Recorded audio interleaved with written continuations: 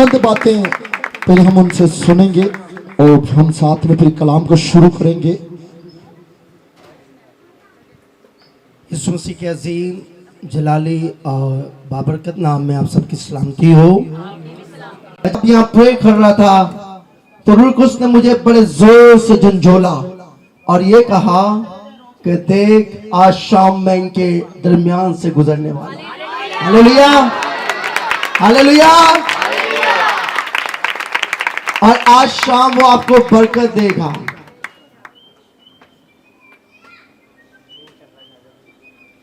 अपने हाथों को आसमान की तरफ उठाएं, अपनी आंखों को बंद करें। आई फील दैट मैं महसूस कर रहा हूं खुदा उनकी प्रेजेंस को यहां।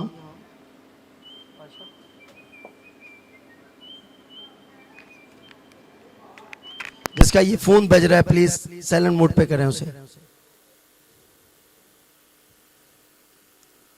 के लिए वो जरूर आ गया है। शेर या कमासो, यहाँ एक बहन है जिसके कंधों में बड़ा खचाव है। रीता का बाबा माखाला ओ इखा राबाला सुन दो। आंखें बंद कर लीजिए और पाखरू को अपनी जिंदगी में वेलकम कीजिए।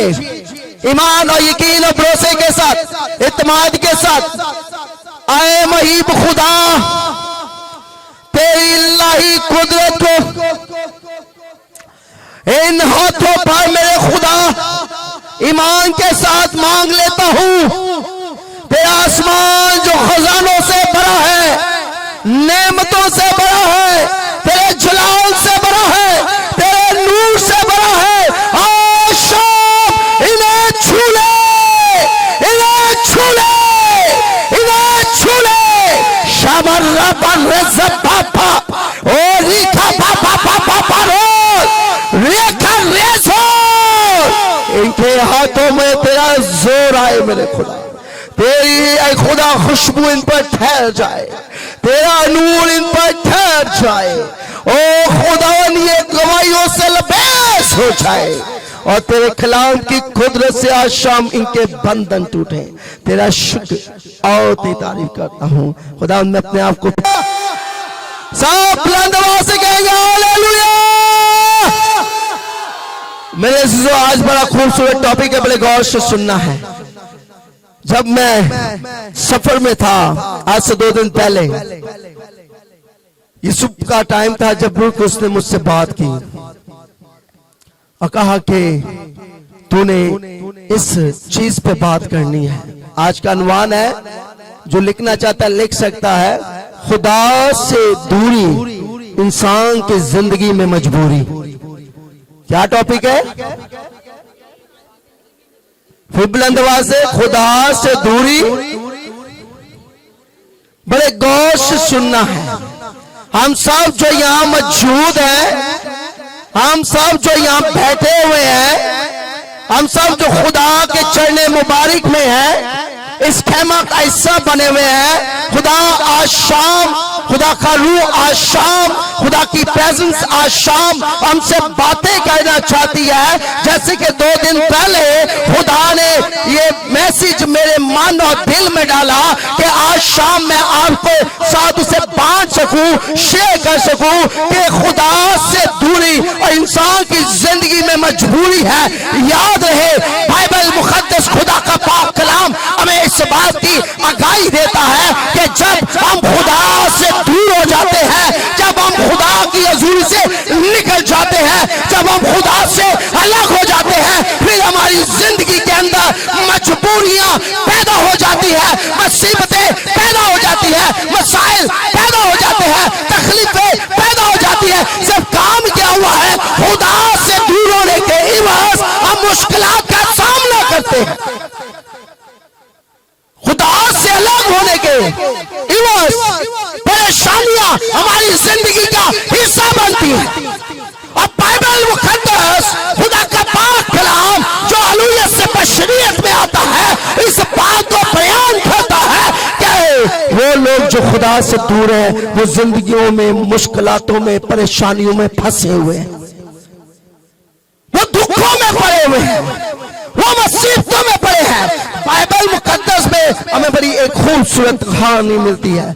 बड़ी खूबसूरत कहानी मिलती है। आए में से खोलें कलाम खुदा को, लूका की अंजील इसका 15 बाब 11 से 22 आयत की तिलावत करूं, क्योंकि टाइम बहुत ज्यादा हो चुका है। मैं चंद टाइम आपका लूंगा और मैं इस बात को जानता हूं कि यहाँ सब इस घर से हैं कि खुदा हमें बरकत दे, खुदावन हमें छुए और हमारे बंधन और जुए टूट जाए। लेकिन मैसेज को बड़े गौर से सुनना है। हमारे दरमियान ही बहुत से ऐसे लोग बैठे हैं जो नाम के मसीह हैं लेकिन खुदा से दूर है। उनके नाम के साथ तो मसीह लिखा गया है लेकिन उनके कैरेक्टर के साथ मसीहियत नजर नहीं आती है। वो खुदा से अलग है और खुदा से अलग होने के एवज उनकी जिंदगियों में मसाइल ही मसाइल हैं, मुसीबतें ही मुसीबतें हैं, दुख ही दुख है, टेंशन ही टेंशन है। उनके किसी काम में बरकत नहीं है, उनके रुपए पैसे में बरकत नहीं है। हर वो काम जो वो करना चाहते हैं वो रुकावटों में पड़ जाता है। उसकी वजूहत यह है कि खुदा के साथ सिंसियर ना होना, खुदा के साथ मुत्तफिक ना होना, खुदा के साथ वफादार ना होना, खुदा के साथ मुखलस ना होना। मेरे से जो आए मुकद्दस लूका की अंजील ऐदनामा में प्लीज माइक ऑन कर दीजिए।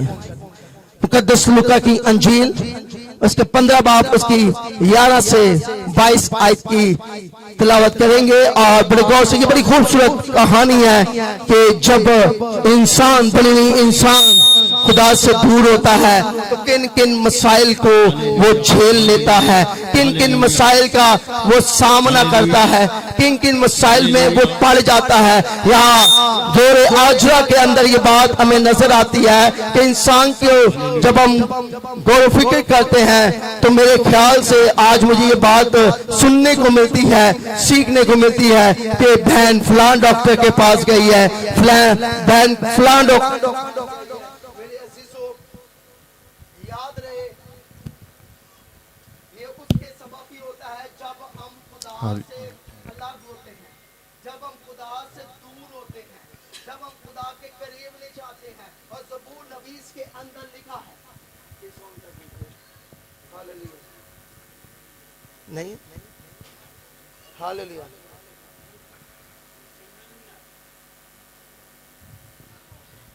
और जब हम खुदा की कुर्बत से निकल जाते हैं तो फिर मसाइल में पड़ जाते हैं। कोई भी काम जब हम दुनिया में करते हैं, याद रहे इब्लीस नहीं चाहता कि हम कामयाब हो। इब्लीस को इस बात का इल्म है कि अगर ये कामयाब होंगे तो ये मुझे शिकस्त दे देंगे और इन्हें कामयाब होने के लिए खुदा की जरूरत है। ये खुदा के करीब जाएंगे, खुदा इन्हें फतह देगा, खुदा इन्हें तवानाई देगा, खुदा इन्हें जोर देगा, खुदा इन्हें फतह से पाकर गलबा देगा। इसलिए इब्लीस ईमानदारों के साथ फाइट करता है और उन्हें गिराने की कोशिश करता है। मेरे पास एक भाई आया और उसकी बच्ची जो पैदा हुई थी वो बचपन से 2 से 2.5-3 साल की हो चुकी है, ना वो बैठ सकती है ना वो चल सकती है, वो लेटी रहती है। और वो हमारे मज़ाहिब का नहीं था, लेकिन उसे किसी ने बताया और वो चर्च आ गया वही थर्सडे मीटिंग के अंदर। और जब वो आया तो मैंने उससे कहा कि भाई तुझे यहाँ किसने बताया? उसने कहा फलां शख्स ने मुझे बताया। उसने कहा कि मेरी जिंदगी में ये काम हो। उन्होंने कहा कौन सा काम? उसने कहा वो बेऔलाद थी, खुदा ने उसे औलाद बख्शी। और उसने मुझे कहा कि जैसे मैं खुदा की हजूरी में गई, खुदा से दूर नहीं भागी और आज खुदा ने मुझे औलाद वाला बना दिया है। मेरे भाई तू अपनी बच्ची को लेकर उधर जा, और ये बच्ची जो अपाइज है, चल नहीं सकती है, माँ के पेट से अपाइज है, उसका नीचे वाला धड़ जो है वो काम नहीं कर रहा है, वो 3-3.5 साल की है और वो चल भी नहीं सकती है, वो बैठ भी नहीं सकती है। तू खुदावन की हजूरी में जा। अच्छा, वो खुदावन की हजूरी में आया तो खुदावन के पाक रूह ने मुझसे कहा 21 दिन के अंदर ये बच्ची चलना शुरू होगी। 21 डेज के अंदर ये बच्ची चलना शुरू होगी। इन्हीं इसके अंदर मैं अपना जलाल इस बच्ची पर जाहिर करूंगा। और गालबन 14 दिन गुजरे थे, 14 दिन गुजरे थे। अब 15वें दिन उस बच्ची की मां ने देखा कि सुबह 5 बजे वो बच्ची चारपाई को पकड़ के खड़ी हो रही थी, खड़ी हो रही थी। उसने अपने शौहर को कॉल की, उसने कहा मैंने अपनी आंखों से देखा है कि हमारी बच्ची खड़ी हो रही है। उसने कहा तू झूठ बोल रही है। डॉक्टर ने कहा ऐसा हो ही नहीं सकता, ये चल ही नहीं सकती है, ये दौड़ेगी कहां से, ये तो बैठ नहीं सकती है। उसने कहा मैंने अपनी आंखों से देखा है कि ये खड़े होने की कोशिश कर रही है और गिर रही है, खड़ी हो रही है, गिर रही है, खड़ी हो रही है, गिर रही है, खड़ी हो रही है। और ये बात उनके घर में चल ही रही थी कि अगला दिन स्टार्ट हुआ। फिर वही टाइम था, वही वक्त था, उसने अपनी बच्ची को सेन में भागते हुए पाया। उसे इस बात का इल्म था कि मेरा शौहर नहीं मानेगा कि ये चल रही है। उसने अपनी बच्ची की मूवी बना के उसे व्हाट्सएप की। उसने कहा मैंने तुमसे सच कहा था, हमारी बच्ची खड़ी हो रही है। अब देखो ये तो सेन के अंदर दौड़ रही है, भाग रही है। ओ खुदा ने, यीशु मसीह ने उसकी टांगों को चंगा कर दिया, अच्छा कर दिया, इसलिए कि वो खुदा की मंजूरी में आई, खुदा के करीब आई और खुदा ने उस पर रहम करम कर दिया। और जब हम भी खुदा उनके पास आएंगे तो खुदा हम पर क्या करेगा, क्या करेगा जी? कौन चाहता है आज मुझ पर रहम हो जाए? हाथों को लाते हुए बताएं कौन चाहता है? हाथों को सही जोश के साथ पाक रूम में आपको कह रहे हैं विजिट कर रहा है। कौन चाहता है आज रहम हो जाए? आमीन आमीन। मेरे सिजो याद रहे आज आप पर रहम होगा, लेकिन उस सूरत में बहन दूसरी बहन को ना देखे ए दुआ कि मैं करन रही है, उस वक्त में अपना वक्त नहीं गुजारना। आज आपको जो चाहिए मन से मांगना है। जैसे वो बच्ची जो मां के पेट से अपाइज है वो चल सकती है, तो आपके बंधन और जुए भी आज शाम यीशु मसीह तोड़ सकता है। उसके अंदर ये कुदरत, ताकत, लियाकत, तमन्नाई और जोर पाया जाता है। हालेलुया। आए आगे देखते हैं। वो मोहताज होने लगा। अब वो क्या हो रहा था? मुताज हो रहा था। अब बेबस हो रहा है। जब जेब चो पैसे मुक जाते बंदा की होता है? बेबस, मुताज। अब ये भी मुताज हो रहा था। आगे देखते हैं। फिर उस मुल्क के एक बाशिंदा के हाथ जा पड़ा। अब उस मुल्क में एक बाशिंदा था जो बड़ा अमीर था और कारोबारी था। अब वो उस बाशिंदा के पास जा रहा है अपनी मदद के लिए। आगे उसने उसको अपने खेतों में सूअर चराने भेजा। उसने उसको जो काम दिया है, बाप के घर में शहंशाह लाइफ गुजार रहा है, बाप की हजूरी में शहंशाह लाइफ गुजार रहा है। कहते ना बच्चे मां प्यो के साए विच जो पलते ने ते फिर बादशाह बन जाते हैं, तो जो मां प्यो के साए विचों निकलते ने ना तो फिर वो आवारा हो जाते हैं। जब तक ये बादशाह ये अपने बाप के साए में था तो शहंशाह लाइफ थी, अच्छी जिंदगी थी। जैसे निकला अब बेबस हो रहा था। अब एक शख्स के पास गया काम लेने के लिए, जॉब लेने के लिए, इतना बेबस है। उसे जॉब क्या मिल रही है? वो सूरों को चुराने लगा है, उस पर काम करने लगा। आगे देखते हैं। और उसे आरजू थी कि जो फलियां सूअर खाते थे इन्हीं से अपना पेट भरे। काल देखें, काल। उसे अब ये आरजू होने लगी है कि जो फलियां सूअर खाते हैं, जो चारा सूअर खाते हैं, अब मुझे यही मिल जाए कि मैं इस चारे को खा लूं और अपना पेट भर लूं। ऐसी हमारी जिंदगी का हाल है। कोई ना कोई तो मसीहा आ जाए कि मेरा पेट भर जाए, कोई ना कोई तो ऐसी शख्सियत आ जाए जो मेरी मदद कर दे। और यहाँ ये बेटा भी इस तरह से अपनी जिंदगी को अब गुजार रहा है। वो सूअर की फलियां खाने के लिए तैयार है, एग्री है। आगे मगर कोई उसे ना देता था। अब कोई उसकी मदद भी नहीं कर रहा। जब हम खुदा के साथ नहीं चलते ना, फिर हमारी कोई हेल्प भी नहीं करता, कोई मदद नहीं करता। याद रहे, जब हम खुदा के साथ चलते हैं ना तो फिर खुदा हमारी क्या करता है? मेरे साथ रहे, खुदा हमारी क्या करता है? मदद बुलंद आवाज से बताएं, खुदा हमारी क्या करता है? मदद करता। पीछे तक आवाज आनी चाहिए, खुदा हमारी क्या करता है? आवाज कम है, भीड़ में देख रहा हूं बहुत ज्यादा, आवाज बहुत कम है। खुदा हमारी क्या करता है? आमीन। आए आगे देखते हैं। फिर उसने होश में आकर कहा, अब उसको अक्ल आई है। क्या आई है? अक्ल आई है, होश आई है। जिवें असीं बीमार हो जाने आ, ढिड विच दर्द होए या किडनियां फेल हो जान या फेफड़ियां में सुराख हो जाए, दिल में सुराख हो जाए, फिर असीं कहने खुदा रहम कर दे, मैं बुरे काम छड़ देने, मैं हुण तेरे घर जाऊंगा, पहला नहीं जानता सा, हुण तेरे घर जाऊंगा। इसको भी अकल आने लगी है। क्यों? बाप के घर में तो अच्छा खाना मिलता था, नौकर चाकर थे, उसकी केयर करते थे। अब ये अकेला है, तन्हा है, परेशानियों में पड़ा है, दुखों में पड़ा है, अकाल इस पे पड़ चुका है, लानत इस पे आ चुकी है।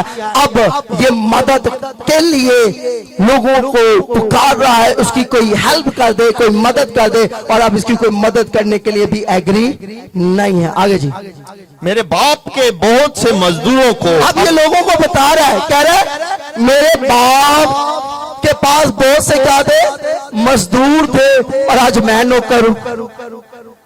कलामे खुदा में लिखा है तुम शाही खानों को, बड़ी कम आवाज है, हम शाही खानों का फिरका है, आवाज इतनी कम है। तुम शाही खानों को, कौन समझता है कि मैं शाही खानदान का मेंबर हूं?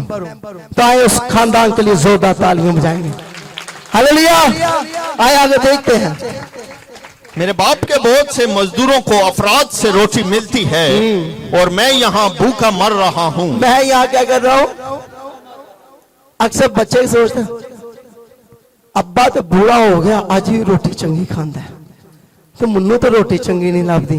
क्यों? आडे काम इंज दे ने, आडियां हरकतां इंज दी ने। प्यो कहंदा काम नहीं करना, सी जिद नाल काम करने आ। प्यो कहंदा बच्चा झूठ नहीं कहना, असीं जिद नाल झूठ कहने आ। प्यो कहंदा नशा नहीं करना, असीं नहीं ऐसा नशा करना है। और यहां भी जिद थी, मेरा हिस्सा मुझे दे दे, मेरी चीज मुझे दे दे। जब अहमियत खत्म हो गई, वेस्ट हो गई, और अब ये भूखा मर रहा है। सब क्यों? दूरी की वजह से, फासले की वजह से। मैं खुश होया जो तुम आखन लगे आओ यहोवा दे घर चलिए।